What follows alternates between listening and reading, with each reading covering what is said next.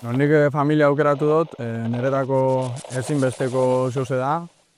Alde batetik nire babesa izan da dalako, baina bestetik nire frustrazio eta presioen foko importante bat izan dalako.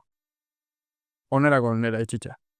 Nire konfort zona hori nire babesa zan, nire etxeko nire gela zan.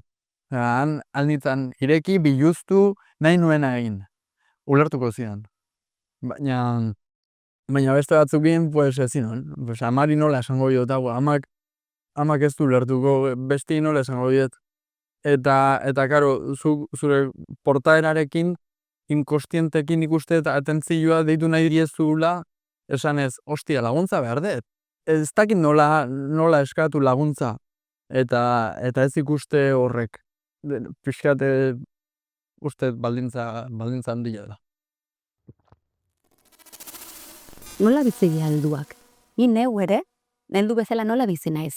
Korrika, estres ikaragarriakin, bizigea produktibitateen gizartean, ordun lanean gaude 24 ordu, ez dago gure presentzia, eta ez dago gure presentzia da, ez gaude begirada hori, esan dugunez, begirada hori emateko, ordun ez gaituzte aurkitzen. Gehorratzean baitare daude gurasoen espektatibak, batzutan aitortzen dizute baitare ikasleak, ikasketak aukeratzeko ere hain libreak ere ez didala. Danetik handao, noski, baino askotan ere horratzetik badaude gurasoen espektatibak, eta inkluso gurasoak ere perfekzio hori islatu nahi hori ez, bere haien seme-alabengan ere.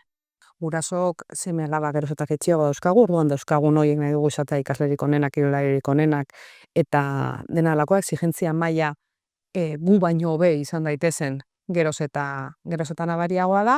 Lehen etxen batean beti zegon erreferentea zan pertsonaren bat. Egia da ez, hori beste kultura batetik gatoz eta hori aldatzen nahi da eta oso ona da, baina orain ez dago erreferente bat etxen eta ordu asko bakarri daude.